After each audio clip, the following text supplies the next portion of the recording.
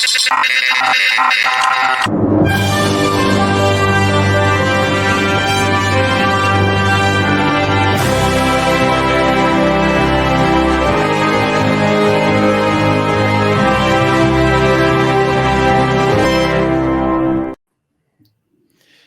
and welcome to another episode of Movies That Make Us. I'm Jake. I'm Tracy. And I'm Val. And we're back. We're making plans before we started recording this episode. We've decided our theme for March in honor of Tracy being his birthday month. We're going to do March Night Shyamalan and do all of the classics, starting, of course, with The Last Airbender. You might have two people walking out on this. Yeah. That's I think Jake's going to walk out on that one. That is not going to happen. We are not going to do that. Please don't turn us off because we presented an awful plan for March. All you M. Night fans, you can send the hate mail. That's okay. I don't begrudge you. I don't know that there are maybe there are. I don't want to say that I don't know that there are because I'm sure there are hardcore There are M. Night super M. Night fans. Shyamalan. Sure. Yeah. But he's just not my cup of tea. Yeah, he's not your cup of tea, and I get it. But this is episode 175, which is a pretty cool number. Episode 175, which is awesome. We're heading towards 200. We are. We're getting closer to 200. And 175, I feel like we're growing up a little bit. It's another step in our progression and our growth. Well, so we're getting older as a podcast. As you're talking right now, I'm playing with toys on my desk. Well, and the other day at work, somebody asked me how old I was, and I said I'm 47, and she goes, "No," and I'm like, "Yeah," and she goes, "You don't act 47." I'm like, "Thank you." Yeah. Yeah. I just found my Transformer shooters. Oh, nice. We are recording this later at night, as you can tell already. I got I built the Boba Fett ship. It's not named Slave One anymore. It's called something else. I can't remember. It is still called Slave One. I don't care what they say. Okay, fine. It doesn't bother me that much. It has a little gun where you can fire little Lego pieces, and that thing flies. In the instructions, there's all this stuff about be careful to not shoot at someone's eye, and I'm like, oh, come on. And then when I actually put it together and I fired it and it went clear across the room at 90 miles an hour, I'm like, oh, okay. Unfortunately, his brother is now missing an eyeball because he was like, oh, come on. Troy, come here. Hey, try this out. Tell me not to shoot it at somebody's eye. Kids, don't shoot guns at people's eyes. Pretend. I mean, I wouldn't shoot Lego them guns in general. What are you listening? Yeah, we have a no pointing guns, imaginary or otherwise, at people rule at our house. Just don't. That's a good rule. Yeah, I like that. And my mom wouldn't let us have toy guns, but we could have toy laser guns because that was fake. But we couldn't have toy guns. My mom wouldn't let us have toy. I couldn't even have GI Joes. What? I wasn't allowed GI Joe. I played with GI Joes. Because I could have Transformers, stuff like that, but no GI Joes. Because if GI Joe had guns, we couldn't have guns because you could shoot people with guns. I had swords, lots of swords. We can get together and play. Wow, you've got your own little Toy Story episode. We're in my office right now. I'm saying, all of mine an episode right now. All of my toys in here are up too high right now. I've got Chef Remy again. Oh, Chef Remy. He's got Chef Remy, Ben, from Ratatouille. Hi, Ben. See, there he is. All right. Hi, Ben. How are you? They're showing off all of their toys. You're up late, buddy. It's Friday night. Oh, we don't care. Yeah, party night at the Dietz's. It's Friday night. He is partying hard, listening to his dad podcast. He wants to do a Pokemon podcast, so get this going. Yeah. Dave's toys have come into my area. Ooh, that's a cool toy. He would not call this a toy because this is for collectible action figure. Yes, whatever you call it for D&D. But I like it. Is it a miniature? Yeah. Oh, how geeked is Dave for the new D&D movie? Super excited. I think that one looks like it could be a sleeper hit. That one looks like a lot of fun. Yeah, I think it looks like fun. I had to explain to him. I said out loud that I like Magic more than I like D&D, and then he made me explain why. Okay. Did you have to do it as a 4-page essay? No.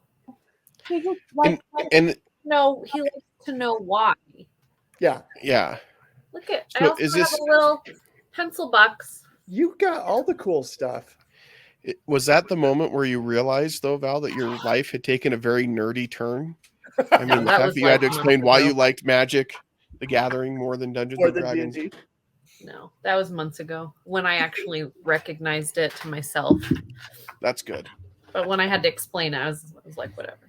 I don't have to explain myself to you. Your position. But that's one that's coming out that I'm excited for. I think Chris Pine is great. I like the fact they're taking a kind of a humorous take on it instead of being ultra serious.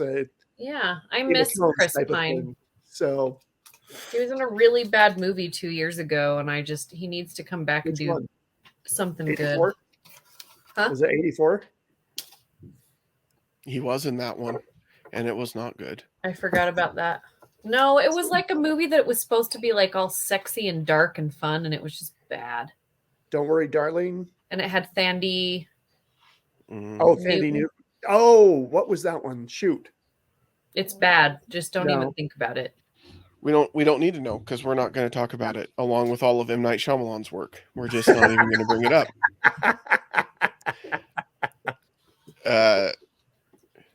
The thing is, if I liked M. Night Shyamalan, I would try to make us talk about it since we had to watch Sharknado together for you, Tracy. This is a very valid point, but that was for charity. I don't like M. Night Shyamalan enough to do that to you. Like Sixth Sense was great. It was fine, right? It's not a bad movie, but there haven't been a lot of the other ones that I'm like, oh yeah, that was really good. Anyway, Unbreakable. I liked Unbreakable. That was all right. I didn't like that one. I know you didn't, Tracy. You've told us but top tier M. Night Shyamalan for Tracy doesn't even make it out of his basement. That one in particular is so slow. I tried. Okay. I tried, but that's all right. I get it, and it's all good. It's all good. Well, hey, we are hitting episode 175, and we are happy to announce that very soon we will be launching our very own Patreon. So we are hoping that you all will want to support us on Patreon. We're going to have some good tiers on there. Nothing that's going to be outrageously expensive, but hopefully we'll add some value as you support us. And that money will go to help us keep the lights on, basically, and help us to do what we need to do to continue to grow our audience and improve our show and things like that. So just look for those details to come shortly. We're excited to launch it and to tell you all about it. So there you go. It'll be just another thing that we're going to ask you to do, along with subscribing to our YouTube channel.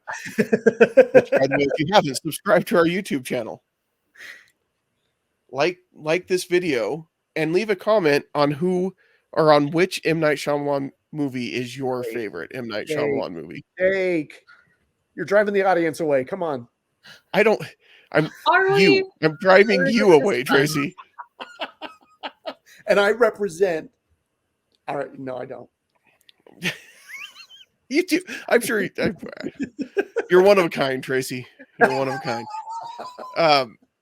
And if you don't like M. Night Shyamalan, tell us why. Which one is your least favorite? Yeah. So no, don't tell us why. Don't tell us why you don't like something, because if honestly, Dave's going to make Val defend, then I think no. Like if you want to get on and tell us why you like M. Night Shyamalan or why you like someone instead of M. Night Shyamalan, I'd be okay reading that. No, there's too much negativity on the internet anyway. We're not going to fuel that in any way.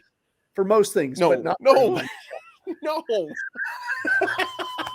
And all you say I don't have any Sith in me. Come on. There's a little bit. I'm just excited that now we have two movies that start with quantum. We have Quantum of Solace and Quantum Mania. Quantum Mania is coming out very shortly after this episode will air. This is number one. Quantum Mania is going to be number 2. Yep. Yeah, they're not sequels though. I think everybody needs to understand. Quantum of Solace And Quantumania not related. Did you guys see really quick before we get into Quantum of Solace? But Quantumania, Scott Lang has written an autobiography, and you can actually buy the autobiography to read. Which I posted that video on my I am Val Cameron Instagram page today. So if you want to see that video, you can go ahead and watch it in my stories. Very nice. Did you know that Paul Rudd is a big Kansas City Chiefs fan? And I'm hoping that by the time this airs, they will be Super Bowl champs again. That's good. That's a good point. Yeah. But we're recording this before the Super Bowl, so I don't know. So I don't want to be too excited. Be like, yay, Kansas City won yesterday, and then they didn't. We can record two versions, and we can pick which one. That's a lot of work. I'm going to forget about that by the time it comes around. I'm going to put the wrong one out. But we often give props to Dave, but I want to make sure we give props to Jake's wife. She is making him a Kansas City Chiefs blanket. She is, which is pretty stinking cool. Yeah, I'm really excited. And what was really cool about it, so I want to recognize this because this was a big deal for her. My love language is gift giving and receiving gifts. I like to give her gifts. I like to receive gifts. I don't even think she speaks that language at all, which is fine. We speak to it, and it's totally fine. We know this about each other, and I try. Her thing is quality time. Her love language is quality time. So I make sure that I do that because that's how she knows that I appreciate her and I love being with her.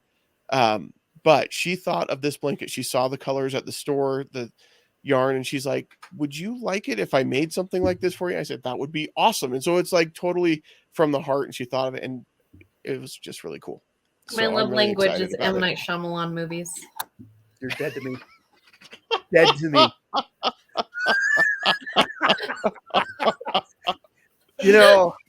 This has become the new Sharknado. M. Night Shyamalan is the new Sharknado. If you want to watch, Tracy thinks Sharknado is a better movie. Slow, overrated movies. Sure, go ahead, watch M. Night Shyamalan. That's fine.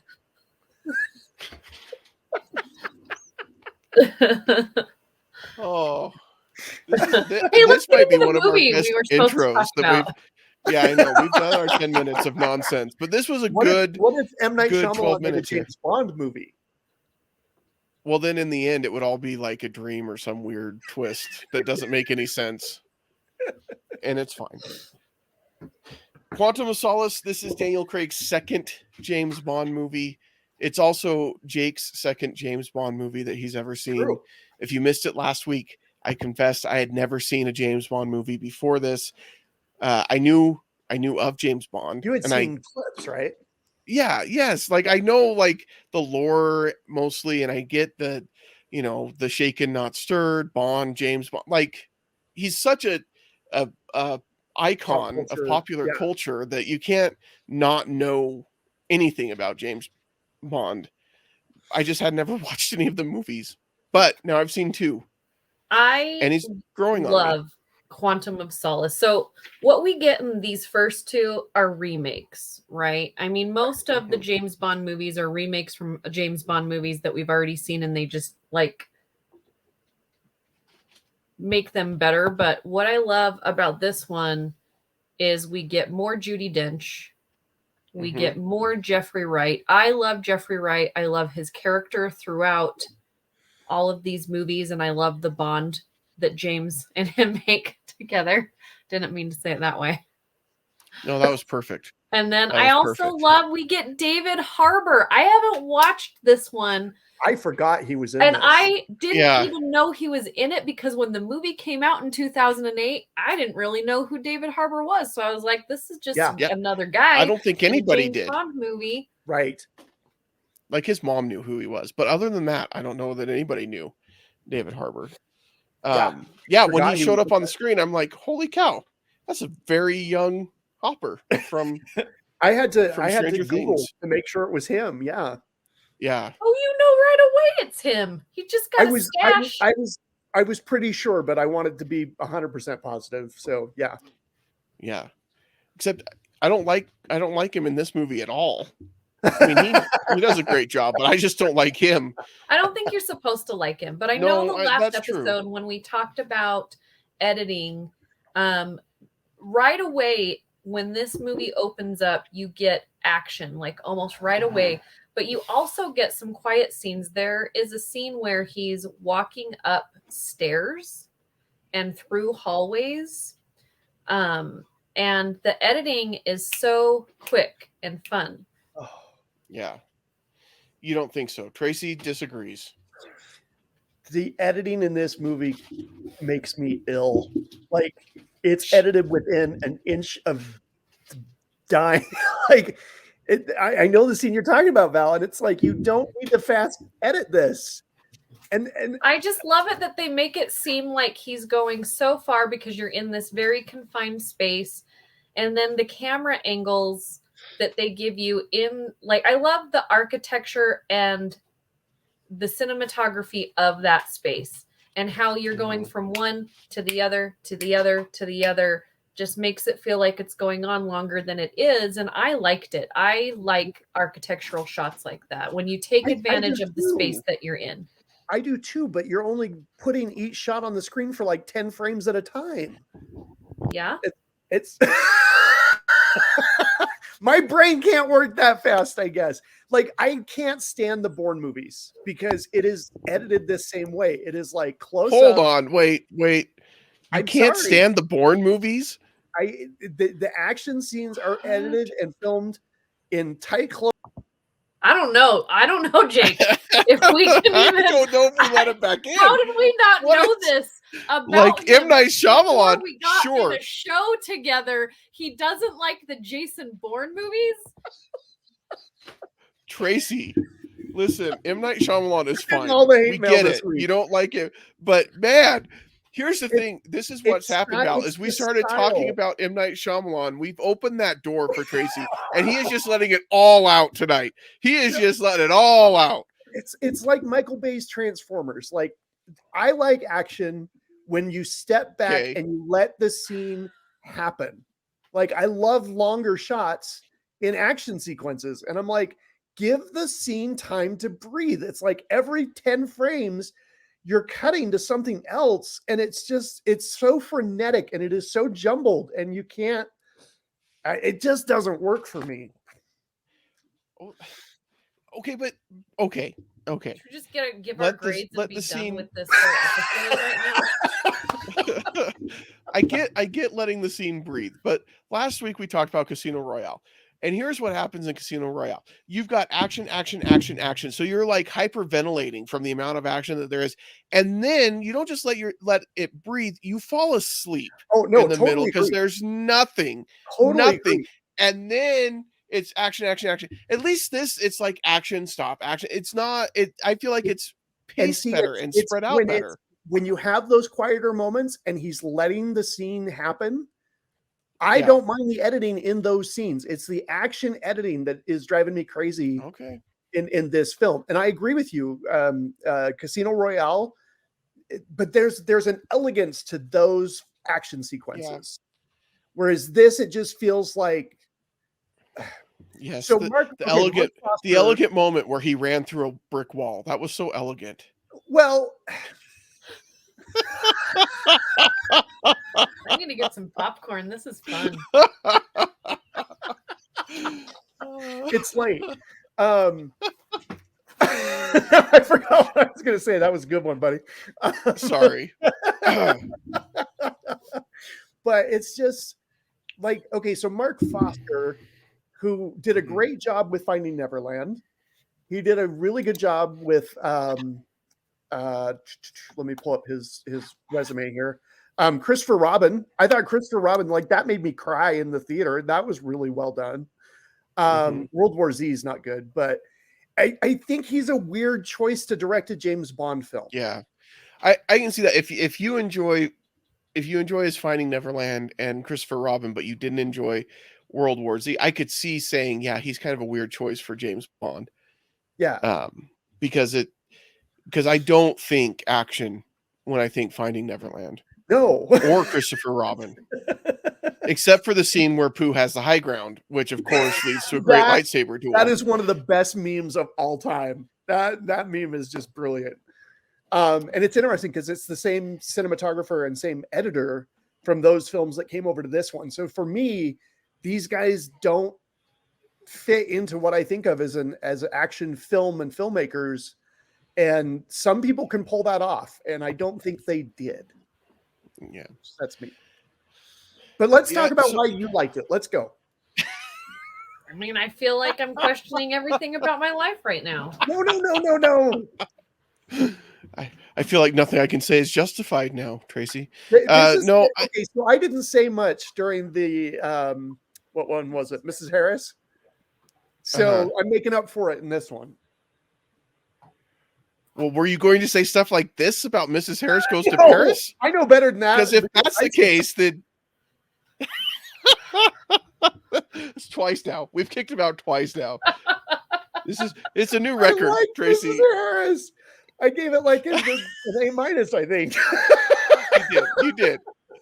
So here's what I liked about the film. I feel like we get more of a glimpse into James Bond and who he is. I could emotionally sounds really more depth than it needs to be, but I could attach myself to this character and I could support him as a protagonist. Yeah.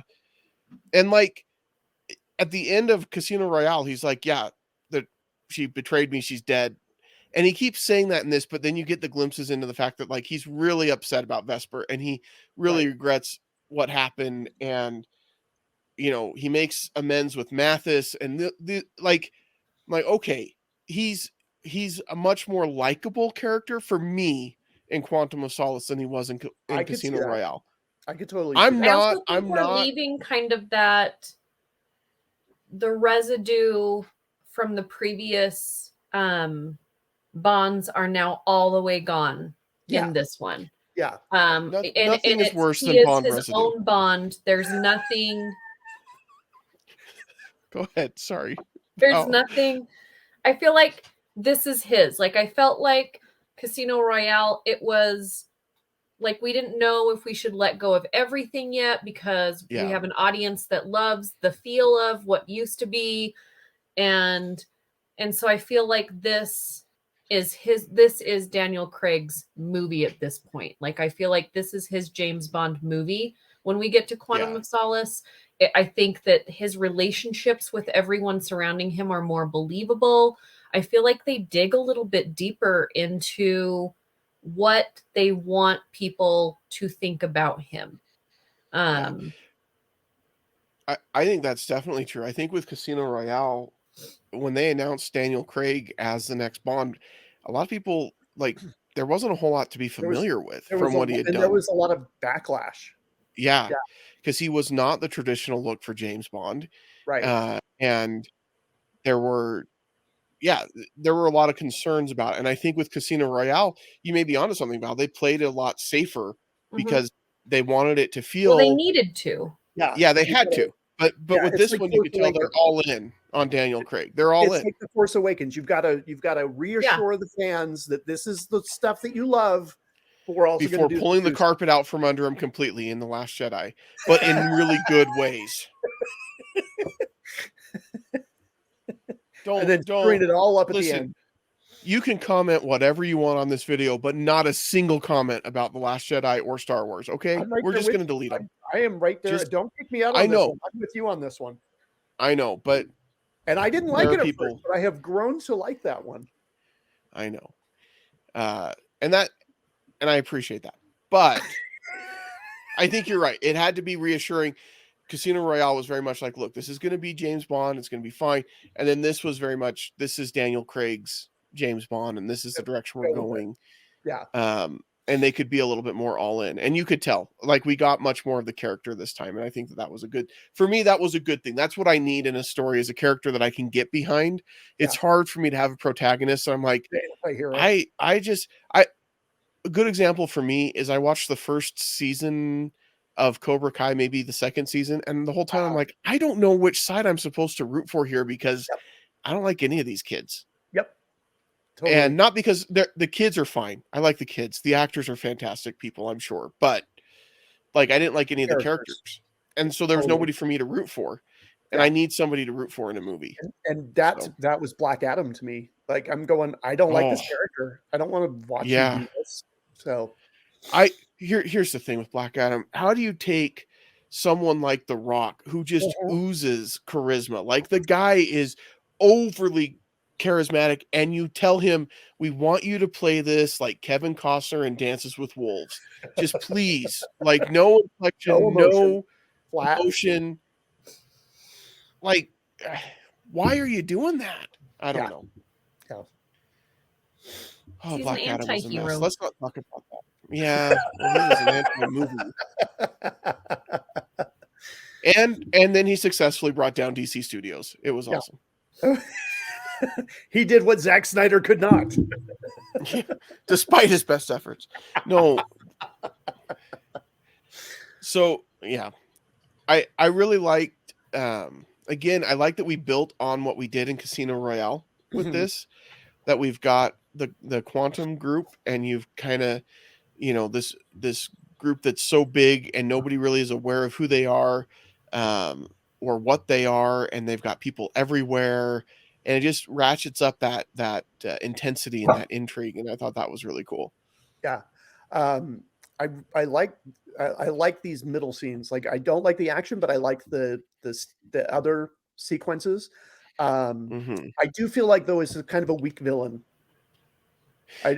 Green wasn't as good as but I mean, you're going up against Mads Mikkelsen, so that's a tough one, Yeah, this one is definitely not my favorite villain. And I think their villains get better. Even Mads, like, I think if anybody else would have played that character, it wouldn't have been as strong, but I think Mads made it strong. He definitely took because I think in the first 3 movies, and I know I'm jumping ahead, the villains are just fine. But I think as you get to the final 2 movies, they really blow you away with the villains, even though I know a lot of people have a lot to say about Rami Malek. He's a quiet villain that just gets in there and eats away at everything. And I don't think you need to be this big, evil laughing villain to be, to and make that your that typically is the James Bond villain. It's the over the top, chew the scenery guy. And that's why I really liked, and we'll get into that when we talk about that movie, but I really like how what they're doing in the first 3 movies is they're giving him an opponent, but they're really building him up and letting you see who he is as a person, because then they pretty much split him open in the last 2 movies, and then the villains are also bigger, and so it's this big crescendo of just sadness. Like, it just I love the ending of the final one. I thought that was great ending. Which, no spoilers for Jake, because he hasn't seen it yet. This has been fun to watch these that I haven't seen. Babe's home. Hi, babe. Well, he's upstairs, but there goes the dogs. Yeah. But I do think there's something to be said about seeing these movies in the theater. I loved it. When we got to see them, and I'm hoping that they're going to bring a few of them back to the theater again. But these movies on the big screen, they're made for that. And, as much as I love watching them at home on, my TV, you can tell when I watched Quantum of Solace on a smaller screen compared to a bigger one, I get some of that, like, I think jerkiness is the word I would use. It is a little more jerky when you're in a more compact place watching it. But I love the scenery, and I love the elements of Quantum of Solace on the big screen. Was really fun for me to watch. Yeah, these are, as I've been watching them, I definitely feel like I think I would enjoy them more on a big screen. Yeah. It was funny. I started watching Casino Royale. It was on Paramount Plus, and I started watching it on Tuesday, which was January 31st. Mm-hmm. I went back to finish it on Wednesday, February 1st, and it wasn't there because it was only there through the end of January, and then it was gone. So I had to, but it was on HBO Max, so it was fine. I found it there, but it was just funny because I'm like, oh no, January killed something else I loved. So it was just kind of funny. So friends, just make sure you check that before you start a movie and make sure that you're going to finish it. So and poor Peacock, it lost $2 billion last year, and they're expecting a $3 billion loss this year. Those numbers are just insane. They're saying this should be the peak of the debt, and the peak of the Peacock. Yeah. Peacock, it's so, everybody's trying to get in on the streaming game. And if you don't have a library like Disney, it's hard. It is really hard. And Paramount's doing okay because they've got a pretty good film library that's not Disney, and they've also got Nickelodeon that they can throw on there that helps. They just added Showtime. Yeah. Now it's Paramount Plus with Showtime, which that just rolls off the tongue. Yeah, it's perfect. It's beautiful. Sounds great. And Peacock, like their big thing when they launched was they had The Office, and that was the only place you could watch The Office now. Right. But other than The Office and then the WWE pay-per-views, I don't know that they really have anything going for them. Poker Face is quite good. I've seen. I need to see Poker Face. That's on my list. Yeah, that and Shrinking are shows that I need to check out. Yeah, that one. I just have to stop watching Star Trek. Yeah. I just have to stop watching the shows that I go back to over and over again. It's fine. Lord of the Rings. Let's do it. No, this time it's Star Trek. Okay. Oh, let's put another Deep Space Nine episode on. It's fine. I've heard good things about Deep Space Nine. It's my favorite Star Trek want to go series. back. I want to check out Strange New Worlds. I've heard good things about that one. I like that one a lot. I also like Quantum of Solace quite a bit. We have done a horrible job. Keep not talking about I know. it. Oh no. It's late. This is what happens. Okay, at least we've done better than we did with Karate Kid.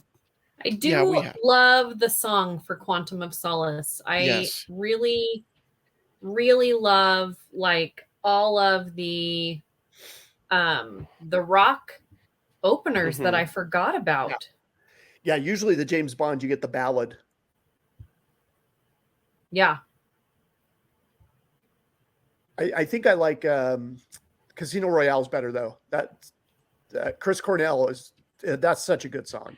I think I liked Quantum of Solace better. I kind of went out there for a minute, but I like because Quantum of Solace, it was Jack White that did that one. Yeah, Jack White with Alicia Keys. I was going to say Rihanna, but I think that was wrong. Yeah. And like I love the guitar part, like you were saying, Val. I'm sorry, I cut out. You probably covered all of this while I cut out, and no, you're good. I'm just repeating it, but I think you can tell it's Jack White playing, and I like his style quite a bit. But both of the openings were great, and the songs were great, and the graphics in these are fantastic. Like those opening graphics are so much fun, and I love it when movies put graphics with that are interesting in with the credits instead of just rolling the credits, because then you're more likely to just like skip through. But you're like, I'm going to sit here and rock out to this song and watch these cool graphics and then see people's names who worked on this. Yeah.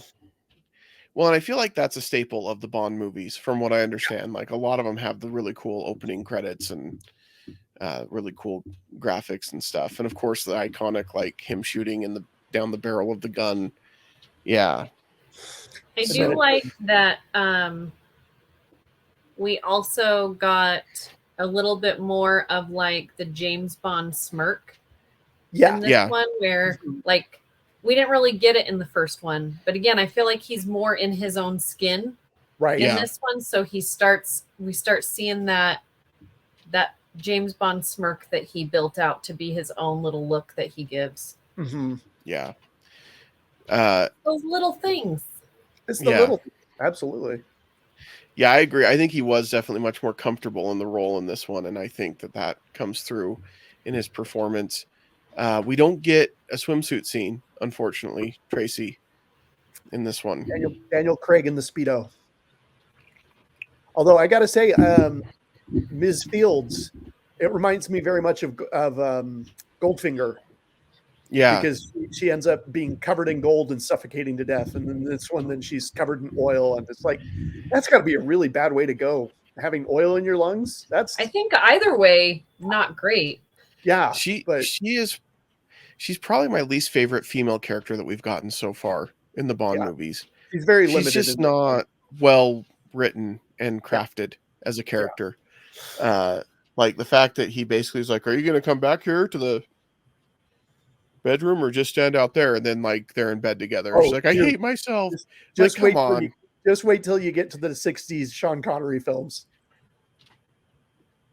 Yeah. You're going to hate yourself. I'm going to hate myself. Got it. Perfect. I do love though the kind of, you know, they always, in every James Bond movie, he's got to sneak into somewhere or sneak out of somewhere.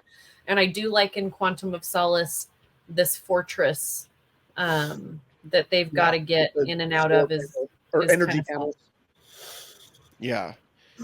Well, I love where he's spying on everybody. The group that's having the secret meeting with the earpieces in the opera, and he just kind of breaks in. And he's like, "Well, if I could offer my opinion here," and like, I just love, and then they all start standing up, and he's that they all blow their cover. Like they don't play it cool. They're all like, "Ooh."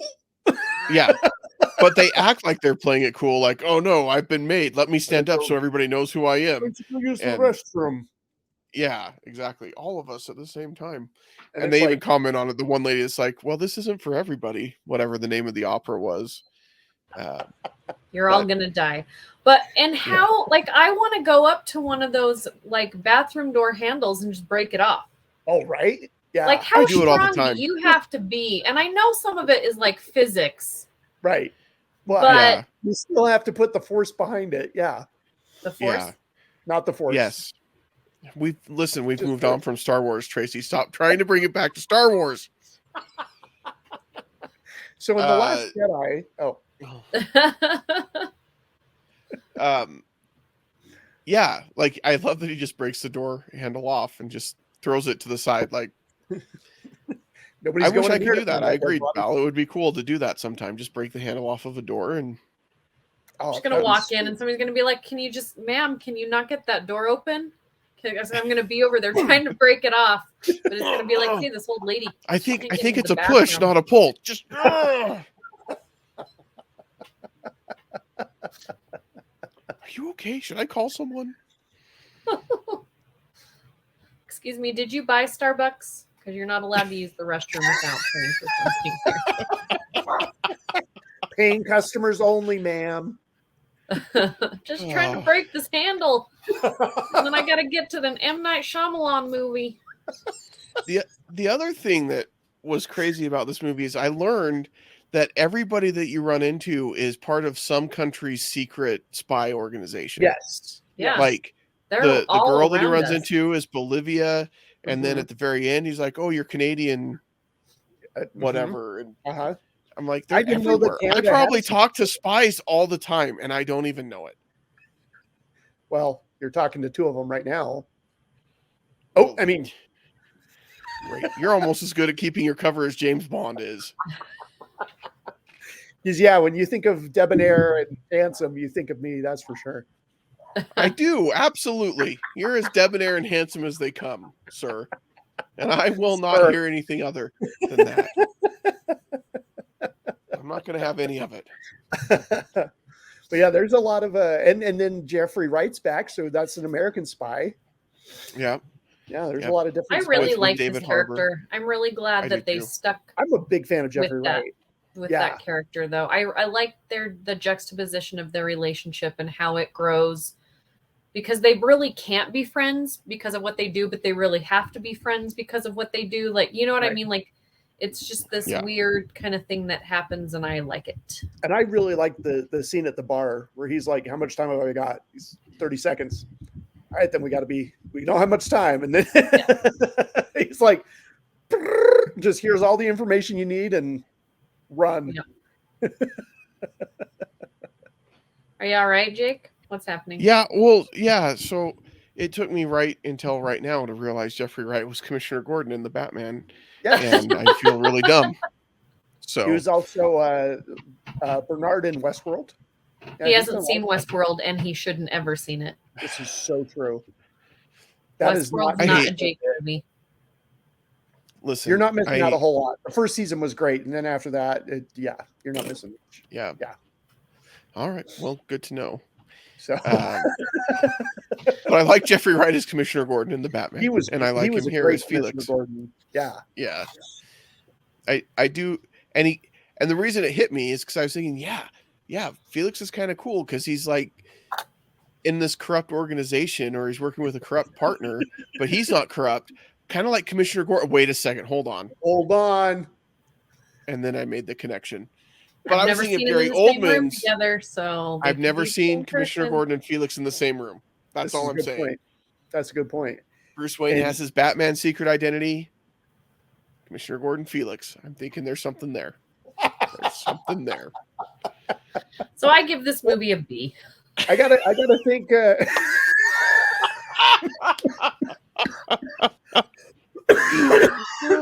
Well, we're just. Usually Val's okay with us going a little off topic, but tonight we have not gone a little off topic today. That's not what's happened. This has been a lot off topic. Still better than Karate Kid.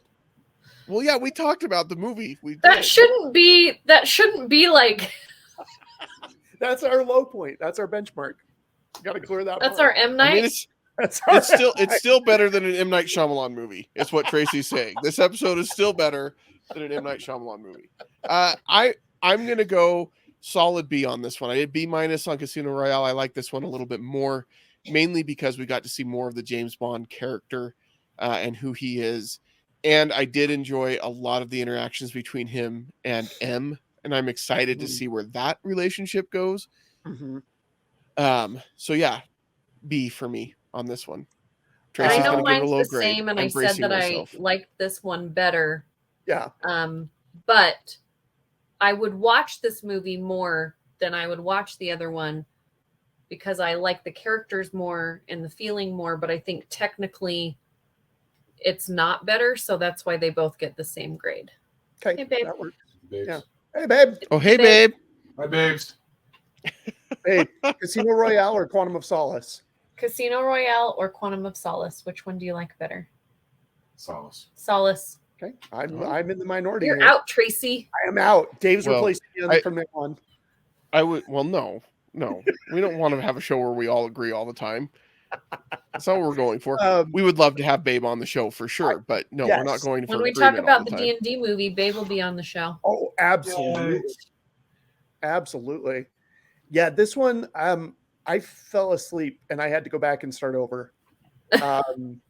It doesn't work for me. I like the quieter moments. I like the stuff with M. The action filming and editing just gives me a headache. I don't like it. I think it's kind of boring considering, and so I'm going to give it a C. Okay. Well, I mean, C's that's lower on my. I don't often give out C's, but this one just doesn't work for me. Is it because we talked about M. Night Shyamalan like 22 times?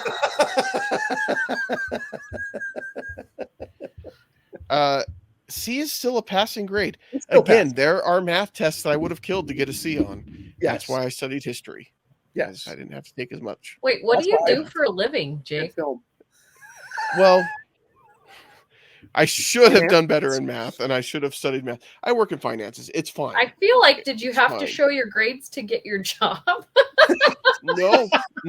You just have to get that piece of paper that says you got a degree. So, yes, that's all I had to do. There were several classes I had to take, some advanced physics classes to get science credit for my film degree, and I purposely took them pass fail because I'm nope. Yeah. I know that this is going to be in the C range, so I am taking the pass fail option on this one. You know, if you've enjoyed this episode, and really, who wouldn't enjoy this episode? You really ought to subscribe to our YouTube channel. And see more of our shenanigans just and wait till you pay tomfoolery for it with Patreon. Yes, and you're really gonna appreciate and it. we promise we will pack even more laughs into the episodes that we do as bonus episodes for Patreon and free stuff. Absolutely, and we'll have opportunities for you to interact with us because that's got to be winning at life. It'll be kind of like a fans only. kind of like I like but, fans only, not only fans. Yeah. Oh, yeah, fans. It'll be fans. It's the Wish version of OnlyFans. Yeah. Where it's Tracy and I fully clothed. So you're welcome, world. I like this episode. This is a good episode. But we will do alluring poses. It's just we'll be fully clothed. So. I don't know if I can do a there's Val. There you go. This is my snake pose. Got a little Vogue. Wow. Well, thank you for making it this far in the episode. Quantum of Solace. Next week, we will be covering both Skyfall and Spectre. They go hand in hand, so we're going to cover them as a double feature.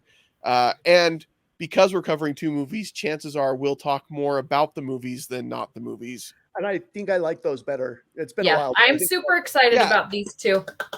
I think that's part of the key right there. Tracy, if he doesn't like the movie, he takes us off track, Val.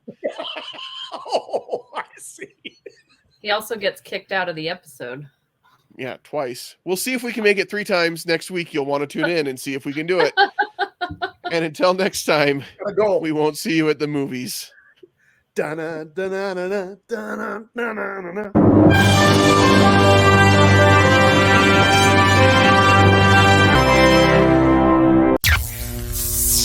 This has been an Age of Geek media production.